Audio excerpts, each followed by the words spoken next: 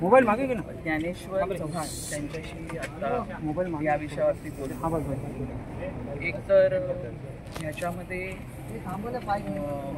जी दिरंगाई झालेली आहे म्हणजे शाळेच्या मॅनेजमेंटकडून आणि पोलिसांकडून देखील, त्याच्यामुळे प्रचंड संताप जनतेमध्ये आला, त्याचा उद्रेक झालेला आहे। तर ह्याच्या बाबतीत पोलिसांनी जे त्यातले जबाबदार अधिकारी आहेत त्यांना निलंबित केलं पाहिजे।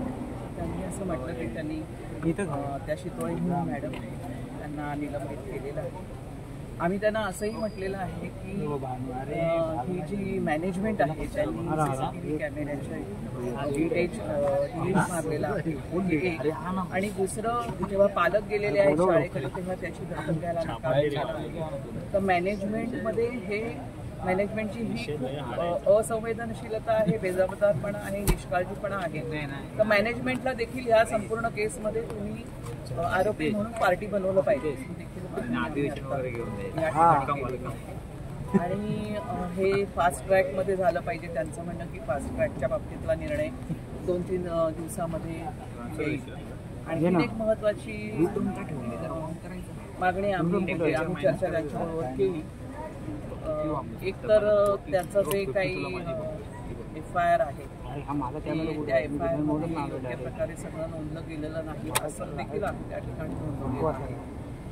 परंतु त्यांचं म्हणणं की ते आहे, सर्वच गोष्टी FIR मध्ये दिसणार नाहीत, परंतु मेडिकल इन्व्हेस्टिगेशनमध्ये अनेक गोष्टी आलेल्या आहेत। तर आपल्याला ह्याच्यामध्ये लक्ष ठेवावं लागेल ह्या संपूर्ण प्रकरणामध्ये। मी त्यांना असं विचारलं की आपल्या ह्या ज्या पीडित मुली आहेत त्या सुरक्षित आहेत का, तर ते म्हणाले की ते सुरक्षित आहेत, सुदैवाने सुरक्षित आहेत आणि त्यांना खूप मोठ्या इंजुरीज झालेल्या नाहीत, हे देखील त्यांनी या ठिकाणी सांगितलेलं आहे।